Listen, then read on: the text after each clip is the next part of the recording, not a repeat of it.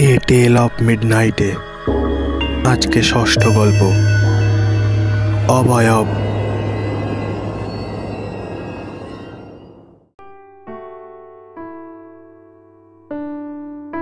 বাড়িটা দেখেই ভীষণ পছন্দ হয়ে গেল অভিকের।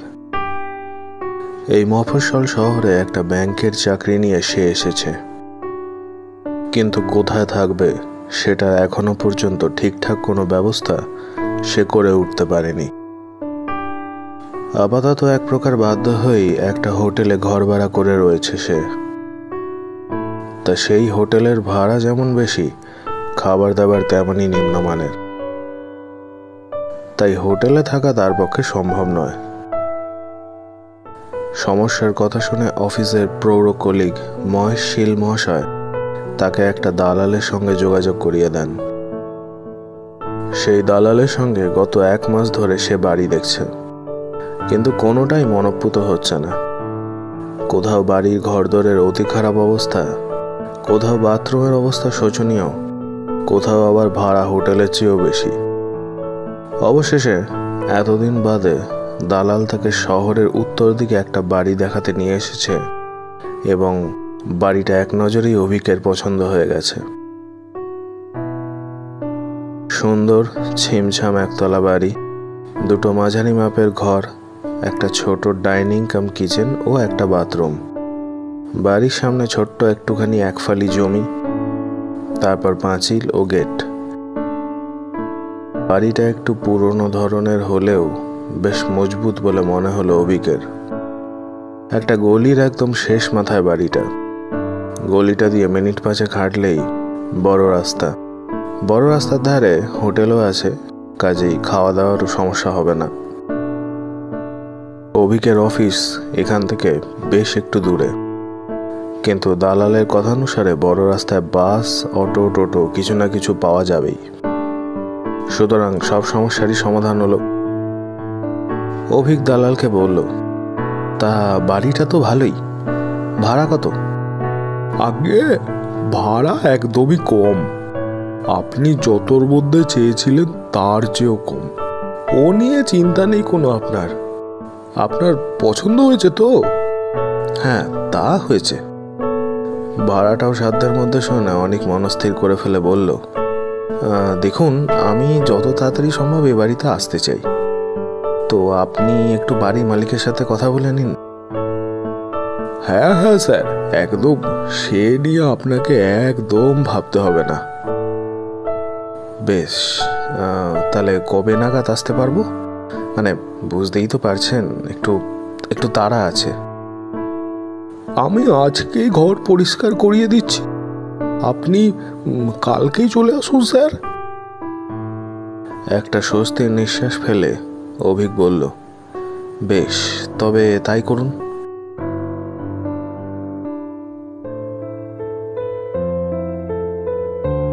পরের দিন তার সামান্য ব্যাগপত্র গুছিয়ে অভিক বাড়িতে চলে এলো।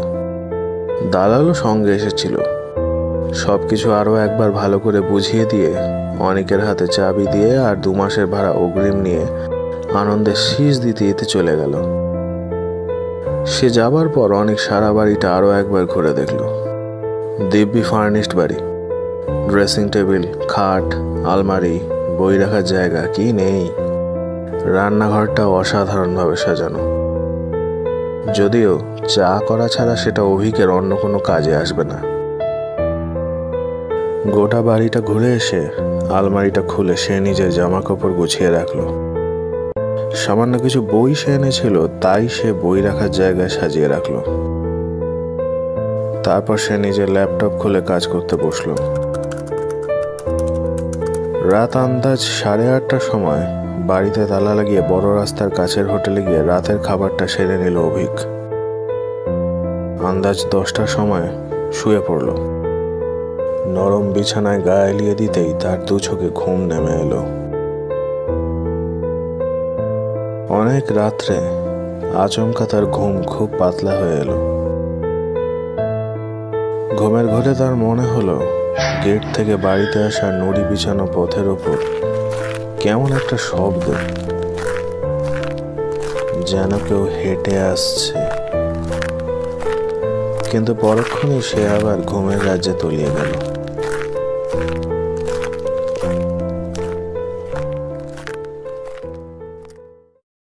পরের দিন অভিকের অফিস থেকে বাড়ি ফিরতে বেশ একটু রাত হয়ে গেল। তাড়াতাড়ি খেয়ে এসে সে শুয়ে পড়ল। কিন্তু এদিনও অনেক রাত্রে তার ঘুমটা ভেঙে গেল।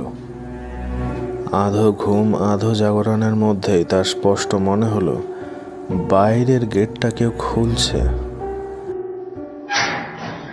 তারপরেই নুড়ি বিছানো পথের ওপর দিয়ে যেন কেউ হেঁটে তার বাড়ির দরজার দিকে এগিয়ে আসছে। হঠাৎ অনিকের ঘুম সম্পূর্ণ ভেঙে গেল। সে উঠে বসল। তার ঘুম খুব গভীর, সহজে ভাঙে না, কিন্তু একটা মৃদু অথচ তীক্ষ্ণ শব্দ যেন তাকে অতি সন্তর্পণে জাগিয়ে তুলল। ঘুম ভেঙে কিছুক্ষণ হতভম্বের মতো বসে রইল অভিক, কিন্তু তারপরেই সেই শব্দটা সে শুনতে পেল। তার বাড়ির মধ্যেই যেন হচ্ছে।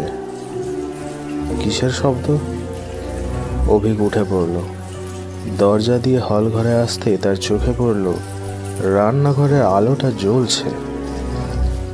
আশ্চর্য, সে তো আলো জ্বালায়নি। ভেবে দেখতে গেলে আজ সন্ধ্যায় তো সে রান্নাঘরে যায়ওনি। যাই হোক, এখানে শব্দটা আরো বেড়ে গেল। অবশেষে অভিক বুঝল শব্দটা আসছে বাথরুম থেকে। বাথরুমের দরজাটা খুলতেই অভিক দেখল বাথরুমের দুটো কল থেকে জল পড়ছে এবং সমস্ত বাথরুমে জল। উঁচু কল থেকে জল মাটিতে পড়ে যে শব্দ সৃষ্টি হচ্ছিল তাই তার কানে আসছিল। কিন্তু এখন এত রাতে কল থেকে জল পড়ছে কিভাবে? অভিক কলের দিকে হাত বাড়াতেই জল পড়া বন্ধ হয়ে গেল। অভিক দেখল কল বন্ধ হয়েই রয়েছে, অথচ হঠাৎ অভিক অনুভব করলো তার শরীরে প্রচণ্ড ক্লান্তি। ঘুমে দু চোখ জুড়িয়ে আসছে। বাথরুমের দরজাটা বন্ধ করে সে দেখলো রান্নাঘরে আলো নিভে গেছে। যাকে ভালোই হয়েছে। কোনো রকমে নিজের বিছানায় গিয়ে সে আবার শুয়ে পড়ল ও অচিরেই ঘুমিয়ে পড়ল।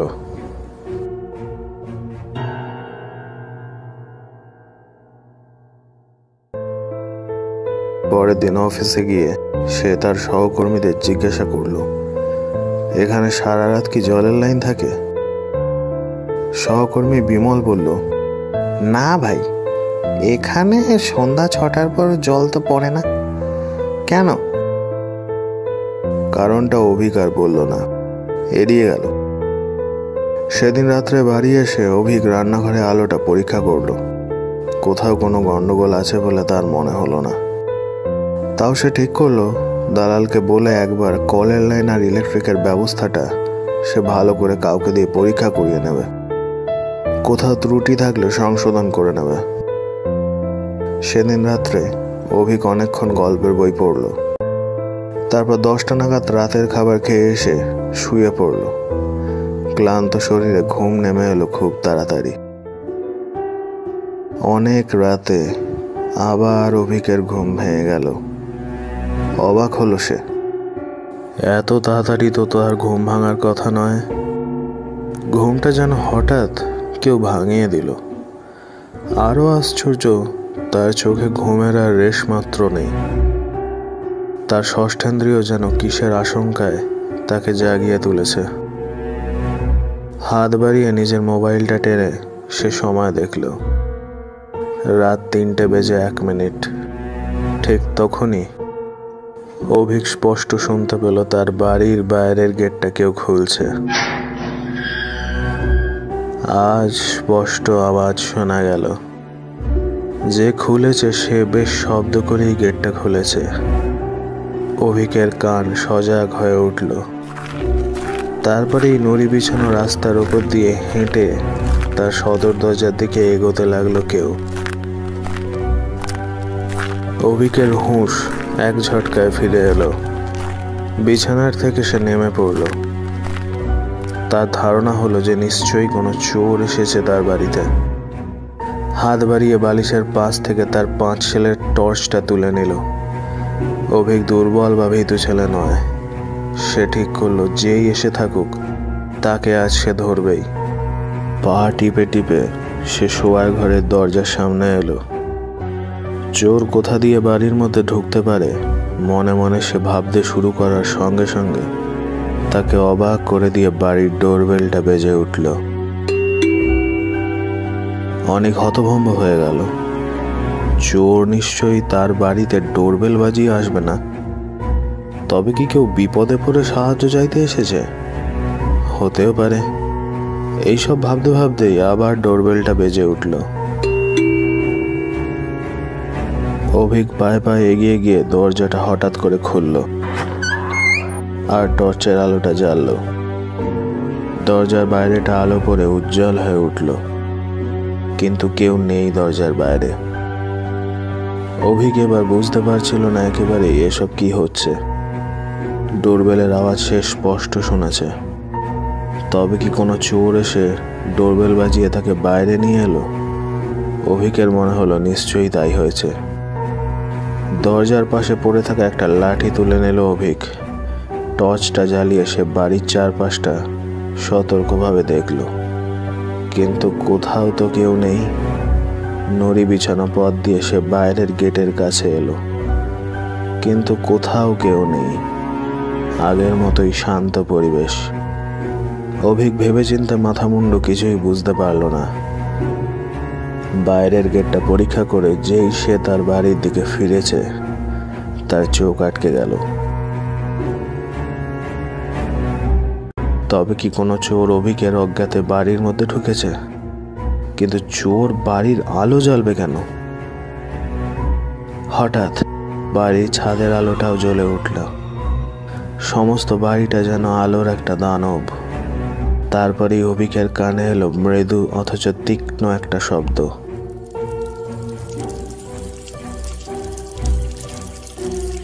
আবার জল পড়া শুরু হয়েছে। এবার অভিক ভয় পেল। এর কোনো ব্যাখ্যা সে দিতে পারছে না। অভিক বুঝতে পারছিল না কি করবে। এমন সময় তার বেডরুম থেকে কোনো কিছু পড়ে যাওয়ার আওয়াজ এলো। এই আওয়াজে অভিকের চেতনা ফিরে এলো। সদর দরজার দিকে না গিয়ে সে তার বেডরুমের জানলার দিকে এগিয়ে গেল। এই জানলাটার সে রাত্রিরেও খোলা রাখত। জানলা দিয়ে উঁকি মেরে সে যা দেখলো তাতে তার শরীর হিম হয়ে গেল। সে দেখল ঘরের মধ্যে কেউ একজন রয়েছে। লোকটা তার বইয়ের আলমারিটার দিকে এগিয়ে যাচ্ছিল। প্রচন্ড রাগ হলো অভিকের। তাহলে সত্যি একটা চোর এসেছে। রাগে দিক বিদিক জ্ঞান শূন্য হয়ে অভিক দৌড়ে সদর দরজা দিয়ে ঘরের ভেতর ঢুকল। ডাইনিং হল পেরিয়ে বেডরুমের সামনে গিয়ে সে দাঁড়িয়ে পড়ল। চোরটা তখনও ওখানেই দাঁড়িয়ে আছে। অভিকের দিকে পিছন ফিরে লোকটা তার বইয়ের আলমারিটা খোলার চেষ্টা করছে। চোরটা সাহস দেখে স্তম্ভিত অভিক লাঠিটা বাগিয়ে ধরলো আর চিৎকার করে বলল, এই কে তুই? লোকটার হাতটা থেমে গেল। পরক্ষণেই এক ভয়াবহ দৃশ্যের সম্মুখীন হলো অভিক। লোকটার মাথাটা সম্পূর্ণ ঘুরে গেল অভিকের দিকে, আর বিস্ফারিত চোখে অভিক দেখল সেই লোকটা আর কেউ নয়, সে নিজে। অভিকের সামনে আর একজন অভিক নিজের মাথাটা নিজের ধরের উল্টো দিকে নিয়ে তার দিকে তাকিয়ে আছে। সেই অভিক তার দিকে তাকিয়ে এবার হাসল। এক পৈশাচিক অনুভূতিতে অভিকের মন ভরে উঠল। তারপরেই সেই অভিকের মুন্ডুটা তার দেহ থেকে ছিটকে বেরিয়ে এলো আর এক অপার্থিব হাসিতে ভরিয়ে তুলল সমস্ত বাড়িটাকে। বাড়ির সমস্ত আলোগুলো হঠাৎ যেন লাল রঙের হয়ে গেল, আর কল থেকে জল যেন প্রচণ্ড বেগে পড়তে লাগলো। আর পারল না অভিক। এক অব্যক্ত চিৎকার করে সে সদর দরজার দিকে দৌড়ে পালালো।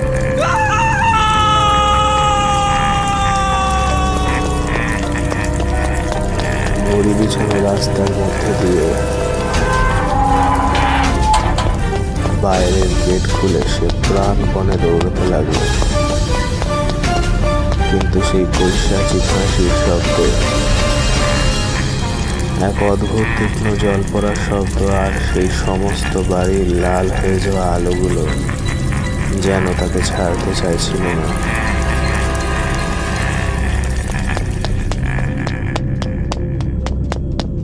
অভিক দৌড়াতে দৌড়াতে অবশেষে বড় রাস্তায় এলো। সবকটা দোকানই তখন বন্ধ হয়ে গেছে। এতটা রাস্তা দৌড়ে এসে অভিক হাঁপাচ্ছিল। একটা ল্যাম্পপোস্টের তলায় সে দাঁড়ালো। পিছন দিকে তাকাতেই সেই অভিকের মুন্ডুটাকে বিকৃত হাসি হাসতে দেখলো তার থেকে একটু দূরে। আর পারল না অভিক, ওখানেই সে অজ্ঞান হয়ে পড়ে গেল।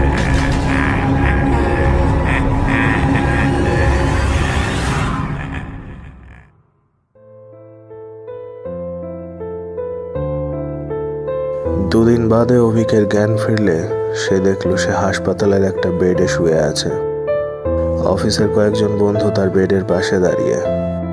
তাদের মুখেই সে সব শুনল। অভিককে সকালবেলা বড় রাস্তায় অজ্ঞান হয়ে থাকতে দেখে দোকানদারেরা তাকে হাসপাতালে চালান করে দেয়। সৌভাগ্যক্রমে অভিকের অফিসের একজন কলিগ সেই সময় বড় রাস্তা দিয়ে মর্নিং ওয়াক করছিলেন।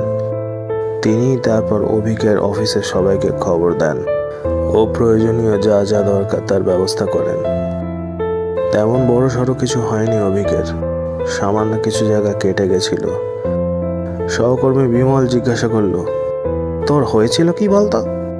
ওভাবে বড় রাস্তায় অত সকালে, মানে আমরা কেউ কিছু বুঝতে পারছি না। অভিক খানিকক্ষণ চুপ করে থেকে বলল, মর্নিং ওয়াক করতে গিয়ে মাথাটা ঘুরে পড়ে গেছিলাম। সে জানে তার প্রকৃত অভিজ্ঞতার কথা কাউকে বলে লাভ হবে না। তার নিজেরই বিশ্বাস হচ্ছে না এই দিনের আলোয়। কেবল মনে হচ্ছে সে একটা হ্যালুসিনেশন জাতীয় কিছু দেখেছে। কিন্তু ওই বিভৎস মূর্তি দেখার পর তার আর কিছুতেই ও বাড়িতে ফেরা চলে না, ফেরা সম্ভব নয়।